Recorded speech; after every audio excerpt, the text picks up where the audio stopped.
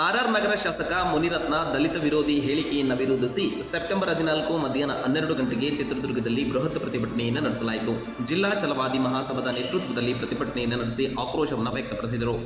ನಗರದ ನೀಲಕಂಠೇಶ್ವರ ದೇವಸ್ಥಾನದಿಂದ ಆರಂಭವಾದ ಪ್ರತಿಭಟನಾ ಮೆರವಣಿಗೆ ಗಾಂಧಿ ವೃತ್ತ, ಓಬವ್ವ ವೃತ್ತದ ಮೂಲಕವಾಗಿ ಚಿತ್ರದುರ್ಗದ ಜಿಲ್ಲಾಧಿಕಾರಿಗಳ ಕಚೇರಿಯವರೆಗೂ ನಡೆಸಲಾಯಿತು. ಇನ್ನು ಇದೇ ಸಂದರ್ಭದಲ್ಲಿ ಶಾಸಕ ಮುನಿರತ್ನ ಅವರ ಭಾವಚಿತ್ರಕ್ಕೆ ಬೆಂಕಿ ಹಚ್ಚಿ ಆಕ್ರೋಶವನ್ನು ವ್ಯಕ್ತಪಡಿಸಿ ಶಾಸಕ ಮುನಿರತ್ನ ಅವರನ್ನು ಬಂಧಿಸುವಂತೆಯೂ ಕೂಡ ಆಗ್ರಹಿಸಿದರು. ಇನ್ನು ಪ್ರತಿಭಟನೆಯಲ್ಲಿ ಛಲವಾದಿ ಗುರುಪೀಠದ ಬಸವನಾಗಿ ದೇವ ಸ್ವಾಮೀಜಿಯವರು ಈ ಒಂದು ಪ್ರತಿಭಟನೆಯಲ್ಲಿ ಭಾಗಿಯಾಗಿ ಶಾಸಕ ಮುನಿರತ್ನ ವಿರುದ್ಧ ಕಠಿಣ ಕ್ರಮ ಕೈಗೊಳ್ಳುವಂತೆ ಆಗ್ರಹಿಸಿದರು. ಸಮಾಜಘಾತಕ ಮುನಿರತ್ನನಿಗೆ ದಲಿತ ವಿರೋಧಿ ಸಮಾಜಘಾತಕ ಮುನಿರತ್ನನನ್ನು ಸಮಾಜಘಾತಕ ಮುನಿರತ್ನನನ್ನು ಪ್ರಜಾಪ್ರಭುತ್ವ ವಿರೋಧಿ ಮುನಿರತ್ನನನ್ನು ಬೆಟ್ಟಕ್ಕಾಗಿ ಹೋರಾಟ, ಯಾತಕ್ಕಾಗಿ ಹೋರಾಟ.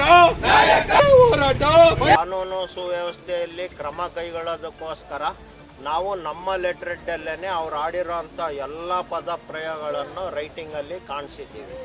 ಆದರೆ ಅವನ್ನು ನಾನು ಬಾಯಿ ಬಿಚ್ಚಿ ಹೇಳೋದಕ್ಕೆ ನನಗೂ ಕೂಡ ಮುಜುಗರ ಇದೆ. ಹಾಗಾಗಿ ನಾನು ಅವು ಪದಗಳನ್ನು ಇಲ್ಲಿ ಪ್ರಯೋಗ ಮಾಡೋದಿಲ್ಲ. ಅವರ ಶಾಸಕ ಸ್ಥಾನವನ್ನು ಅಮಾನತು ಮಾಡೋದ್ರ ಜೊತೆಗೆ ಅವರಿಗೆ 5-6 ಚುನಾವಣೆಯನ್ನು ರದ್ದು ಮಾಡೋದ್ರ ಜೊತೆಗೆ ಕಾಯಮ್ಮಾಗಿ ಅವ್ರನ್ನ ರದ್ದು ಮಾಡಿದ್ರೆ ಒಳ್ಳೆಯದು ಅಂಥೇಳಿ ನಾನು ಆಗ್ರಹ ಮಾಡ್ತೀನಿ.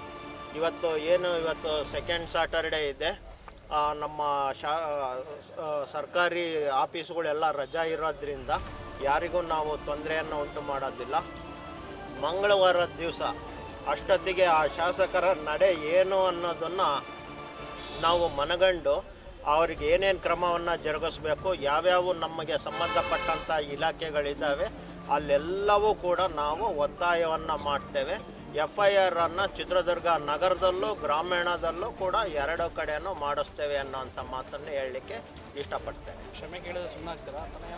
ಕ್ಷಮೆ ಕೇಳೋದು ಅಂತಕ್ಕಂಥ ವಿಚಾರಕ್ಕೆ ಬಂದಾಗ ಈಗ ಅಡಿಕೆಗೆ ಹೋದ ಮಾನ ಆನೆ ಕೊಟ್ಟರೂ ಬರಲ್ಲ ಅಂತಾರೆ. ಈಗ ಬೀದಿಯಲ್ಲಿ ಅಂದ್ಬಿಟ್ಟು ಮನೆಗೆ ಬಂದು ಕೈ ಕಾಲು ಕಟ್ಕೊಂಡ್ರೆ ಏನಾಗೋದಿದೆ? ಒಬ್ಬ ಶಾಸಕ ಜವಾಬ್ದಾರಿ ಸ್ಥಾನದಲ್ಲಿ ಕ್ಷೇತ್ರದ ತಂದೆ ಅಂತ ಕರೆದ್ರೂ ತಪ್ಪಿಲ್ಲ. ಅಂಥ ಒಬ್ಬ ವ್ಯಕ್ತಿ ದುರ್ನಡತೆ ದುಷ್ಟ ನಡತೆಯಲ್ಲಿದ್ದಾಗ ಬೇಕಂದೆ ಪ್ರಜ್ಞಾಪೂರ್ವಕವಾಗಿ ಪ್ರಜ್ಞೆಯನ್ನು ಇಟ್ಕೊಂಡಂಥ ವ್ಯಕ್ತಿ ಕಾನೂನು ಸುವ್ಯವಸ್ಥೆ ಸಂವಿಧಾನವನ್ನು ತಲೆ ಮೇಲೆ ಹೃದಯದಲ್ಲಿ ಇಟ್ಕೋಬೇಕಾದಂಥ ಒಬ್ಬ ವ್ಯಕ್ತಿ ಆ ಥರ ಮಾಡಿರೋದಕ್ಕೆ ಕ್ಷಮೆಗೆ ಯೋಗ್ಯ ಅಲ್ಲ ಅಂತ ಹೇಳಲಿಕ್ಕೆ ಇಷ್ಟಪಡ್ತೇನೆ. ಖಂಡಿತ ಅದು ಅಟ್ರಾಸಿಟಿನೇ ಆಗುತ್ತೆ. ದಲಿತ ಅನ್ನೋ ಪದನೂ ಕೂಡ ಬ್ಯಾನ್ ಆಗಿದೆ, ವಲಯ ಅನ್ನೋ ಪದನೂ ಬ್ಯಾನ್ ಆಗಿದೆ, ಮಾದಿಗ ಅಂತ ಪದನೂ ಬ್ಯಾನ್ ಆಗಿದೆ, ಮತ್ತು ಅಸಂವಿಧಾನಿಕ ಪದ ಅಂತಲೇ ಕೆಲವೆಲ್ಲವೂ ಕೂಡ ಲೀಸ್ಟ್ ಔಟ್ ಆಗಿದ್ದಾವೆ.